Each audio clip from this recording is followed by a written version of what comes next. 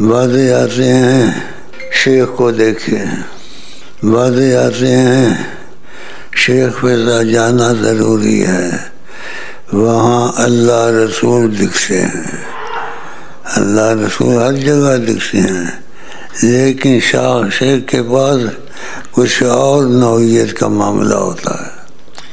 بڑی گہری بات ہے یہ، اس لیے آقا جی نے تم کو کہا نا، ان کو کہو ڈٹ کے کہیں کہ ہم کو انہوں نے رکھا ہے، تم نے اس بات سے کوئی مطلب نہیں نکالا۔ آقا جی نے ایک دفعہ اتفاق ہوا بھائی کے ساتھ، 3 دفعہ خواب میں آئے اور کہا شیخ کو کہو کہ ڈٹ کے کہے ہم کو انہوں نے رکھا ہے۔ اللہ اور واللہ ادھر حکومت ہے، اللہ کی قسم وہ حکومت ہے جو دنیا میں نہیں ہے، جو جانے والی بھی نہیں ہے، فنا ہونے والی بھی نہیں ہے، یہ یقین رکھو۔ اور اس کی تفسیر تم کو معلوم ہوگی جب دل جوڑو گی میرے سے، تو پھر تفسیر کا پتہ چلے گا کہ وہ حکومت کون سی ہے۔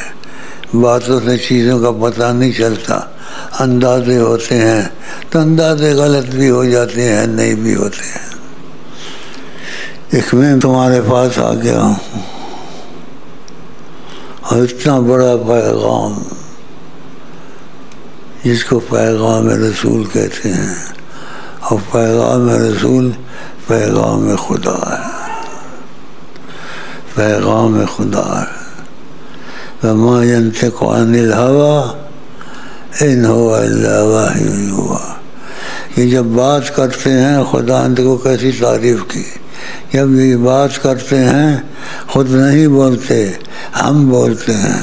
اللہ وما ينطق عن الهوى، یہ اپنی خواہش سے نہیں بات کرتے، جب یہ بات کرتے ہیں تو ہم بولتے ہیں۔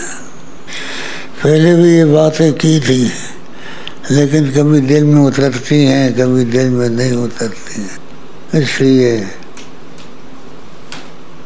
تم لوگ طالب ہیں آقا جی کی نظر کے، یعنی نظر تم کی رہتی ہے لیکن کہیں گہری رہتی ہے، کہیں وقتی طور سے رہتی ہے، کہیں مستقل رہتی ہے۔